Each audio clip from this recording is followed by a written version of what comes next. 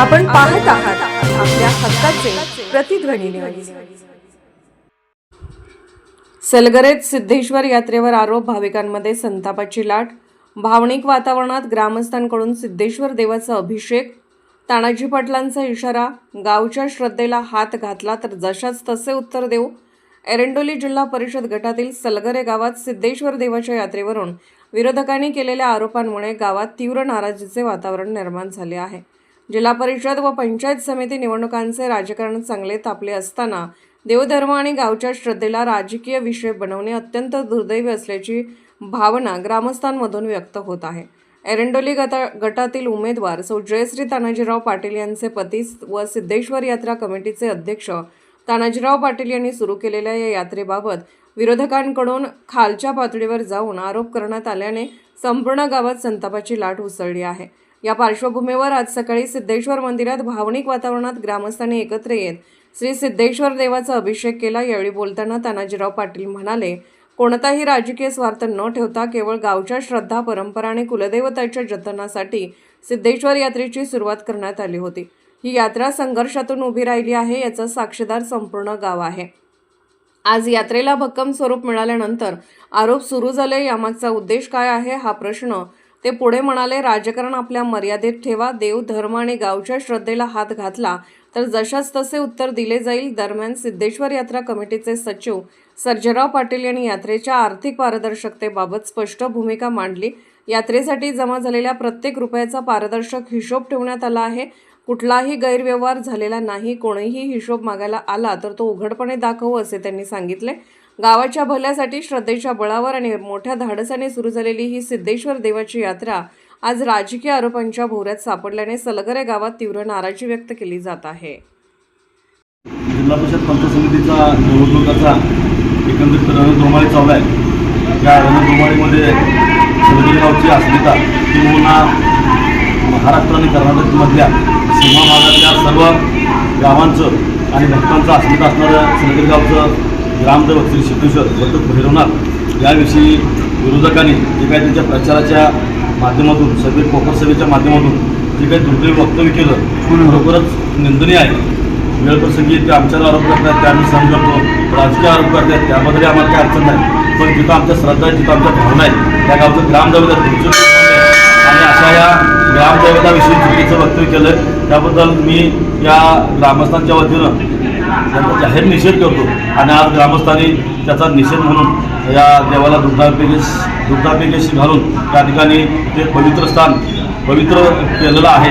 मी त्यांना एकच सांगतो की ज्यांना हातानं करून खायची ही तुमची लायकी आहे, एवढं देवानं तुम्हाला इथं पण ठेवून सुद्धा अजून असले वक्तव्य येत असतील तर त्याच्या पलीकडचं दुर्दैव किंवा त्याच्या पलीकडची दुर्दशा मागून घ्यायची अवदसा तुमच्या मनामध्ये यायला नको, एवढंच मला त्यांना सांगायचं आहे। आणि तुमच्यात हिंमत असेल तर अजूनही तुम्ही आमच्यावर आरोप करा, आमचे आरोप शाबित करून दाखवा। तुम्ही काय म्हणाल ते ऐकायला तयार आहे, पण या कुलदैवताच्या बाबतीमध्ये कोणी बोलाल तर याद राखा, त्यांना जशाच तसं उत्तर दिल्याशिवाय राहणार नाही। आणि साधी गोष्ट आहे की या ठिकाणी यात्रा भरवत असताना काय कष्ट केले ते आमच्या जीवाला माहिती आहे, पण ह्या सगळ्या गोष्टी करत असताना तुम्ही कधी 1 रुपयाची वर्गण देत नाही, देवाला येत नाही आणि आम्हाला हप्ते गोळा करा म्हणून सांगताय। अरे बाबा, तू वर्षाला जेवढा त्या ठिकाणी मिळवतोस त्याच्यापेक्षा जास्त खर्च आमचा महिन्याला या ठिकाणी आम्ही करतोय। आणि राहिला विषय ती देवाची शक्ती आहे, देवाला आम्हाला ते दिलेलं आहे। आज यात्रा भरवली तर तुम्ही असं बोलवलेलं आहे, उद्या 11 कोटीचं मंदिर या मिरज तालुक्यातलं सगळ्यात मोठं मंदिर, दगडी मंदिर 11 कोटीचं आपण उभं करतोय। आता त्याच्यामध्ये तुम्ही मंदिर बांधत असताना पैसे खायला बांधलं हा आरोप तुम्ही भविष्यकाळात केल्याशिवाय राहणार नाही। तुमची लायकी आणि तुमची प्रवृत्ती त्या पद्धतीची आहे आणि म्हणून तुम्ही तशा वृत्तीचा आहात आणि देवाला सुद्धा तुम्हाला तिथं म्हणूनच आणून ठेवलं आहे आणि तुम्ही तिथंच योग्य आहे की या निमित्तानं मला सांगायचं आहे। पुन्हा एकदा सांगतो की पुन्हा आमच्याबद्दल काही बोला चालेल, पण देवाच्या बाबतीमध्ये श्रद्धेच्या बाबतीमध्ये बोलाल तर तुम्ही याद राखा पाहिजे होता। पण काही समोरच्या लोकांच्याकडून जी काही वक्तव्य झाली की यात्रा भरवत असताना, आज गेली 11 वर्ष झाली आम्ही यात्रा भरवतो, तर यात्रा भरवत असताना ह्या यात्रेमध्ये त्यांचं स्पष्ट असं बोलणं आलं की तुम्ही यात्रा भरवताय म्हणजे हप्ते गोळा करायसाठी यात्रा भरवताय। तर आज मला सांगायला अभिमान वाटतो की तानाजी पाटलांच्या अध्यक्षतेखाली आज गेली 11 वर्ष झालं यात्रा भरवत असताना प्रत्येक यात्रेचं खर्चाचं डिजिटल जे आहे ते पूर्ण गावात 3 ठिकाणी लावलं जातं। एक जामसोराडीत लावलं जातं, 2 सलगरमध्ये लावली जातात। आज ह्या यात्रेचा कारभार एवढा पारदर्शक आहे की यात्रेचे खजिनदार म्हणून जे आहेत ते आमचे संगाप्पा चौगुले सर हे खजिनदार आहे. मी स्वतः सचिव आहे, तानाजी पाटील अध्यक्ष आहे. या यात्रा भरवत असताना कशा कशा प्रकारचा कुठं जाऊन आम्ही किती त्रास घेतलाय आणि ही यात्रा उभा करायला काय त्रास झालाय. आज गेले 11 वर्ष झाली आम्ही आज तळातातल्या फुडावणी यात्रेला जगतोय आणि ह्या ठिकाणी आज गावचं ग्रामदैवत असताना या ठिकाणी कुठल्याही प्रकारची यात्रा उत्सव काही नव्हतं. माता भगिनींना माहेरी यायचं म्हटलं तरी येण्यासारखा काही उत्सव नव्हता.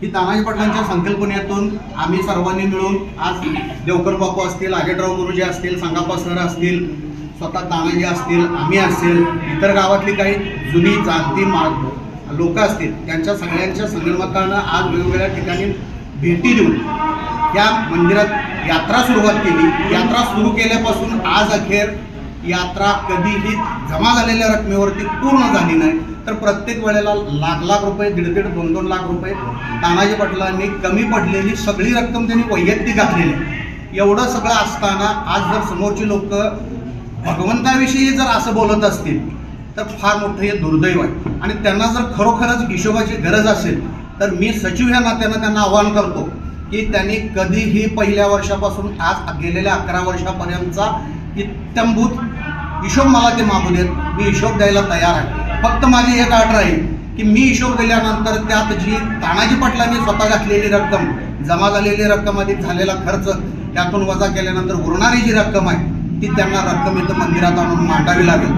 आज मला काय म्हणायचं आहे, कोणत्या माणसानं काय बोलावं. आज एक वेळच्या भाकरीला आपण महाग आहे, आपली लायकी नाही. एवढा असताना आज तुम्ही आमच्याविषयी बोलला असता तर ठीक झाला असतं, पण आज तुम्ही भगवंताविषयी की जे तुमचं देखील कुलदैवत आहे, आज एवढी 11 वर्ष झाला मी यात्रा करतोय, ज्यांना वाटतंय त्यांनी आपल्या मनाला विचारून बघावं. मी मंदिरात यात्रेच्या काळात किती वेळेला गेलोय, माझ्याकडून किती वेळेला भगवंताला नारळ अर्पण झालाय. अरे एक साधा नारळ फोडायची तुमची ताकद नाही आणि तुम्ही कुठेही कट्ट्यावर उभा राहून तुम्ही आज भगवंताच्या यात्रेविषयी जर हे बोलत असाल तर भगवंत तुम्हाला बघून घेतल्याशिवाय राहणार नाही. एवढं सगळं करत असताना आज किती त्रास, कशा पद्धतीचा त्रास आम्ही सहन केला, यात्रा उभी करण्यासाठी काय केले, किती लोक इथं झटतात हे तुम्ही साधं रस्त्यावरती उभा राहून देखील तुम्ही आतापर्यंत कधी बघितलं नाही किंवा या यात्रेत तुम्ही कधीही आला नाही तरी तुम्ही ह्या जर बाबतीत असं बोलत असाल तर हे काही बरोबर नाही. आज मला सांगा, तुम्ही आज आम्ही 8-9 लाख रुपये खर्च करून, जमा करून, त्यातून खर्च करून जर यात्रा करत असताना तुमची जर ही भावना असेल आणि तुम्ही जर त्याविषयी खर्चाच्या बाबतीत किंवा आम्हाला हप्ते गोळा करताय म्हणत असाल तर आज तुम्हाला कदाचित माहिती नसेल तर सांगतो, मंदिराजवळ या तुम्हाला डिजिटल लावलेलं बघायला मिळेल. आज आम्हाला अभिमानानं सांगायला आनंद वाटतोय की भगवंतांनी 11 लाख रुपये, 11 कोटी रुपयेचं मंदिर बांधायला आज परवानगी दिलेल्या कौल झालेला आहे. त्या पद्धतीतून आम्ही आतापर्यंत बऱ्यापैकी कॉन्ट्रॅक्टर किंवा आज हे वास्तुशास्त्रज्ञ, वास्तुतज्ञ यांच्याबरोबर चर्चा करून सगळ्या पद्धतीनं आज आम्ही तयारीत आहोत. आज 11 कोटीचं मंदिर आम्ही बांधत असताना तुम्हाला काय वाटेल मग? आज तुम्ही यात्रा करत असताना हप्ते गोळा करताय किंवा हप्ते खाताय म्हणताय, तर आज 11 कोटीचं मंदिर बांधत असताना तुम्ही जर तुमच्या मनात काय म्हणजे संभ्रम जर निर्माण होत असेल तर प्रत्यक्ष तुम्ही आम्हाला भेटा. तुम्हाला कुठला खर्च कुठं झालाय हे सांगतो. फक्त एक लक्षात ठेवा, जसे तानाजी पाटील जिथं कमी पडेल तिथं उभा राहतात, तसं तुम्ही जिथं कमी पडेल तिथं तुमची जर उभा राहायची ताकद असेल तर आमच्या नादाला लागा, नसेल तुम्ही तुमच्या मार्गाने चला, आम्ही आमच्या मार्गाने चालतो. आम्ही भगवंताचं काम करायला लागलोय, कुणाच्याही बाबतीत असं बोलण्यात अर्थ नाही. आणि तुमच्या ह्या वक्तव्यामुळं जे तुम्ही आज बोललात, काही स्टेजवर बोलले, काय कोपरा. आपण पाहत आहात प्रतिध्वनी चॅनल. अशाच बातम्या पाहण्यासाठी आमच्या चॅनलला सबस्क्राईब करा आणि बेल आयकॉनवर क्लिक करा.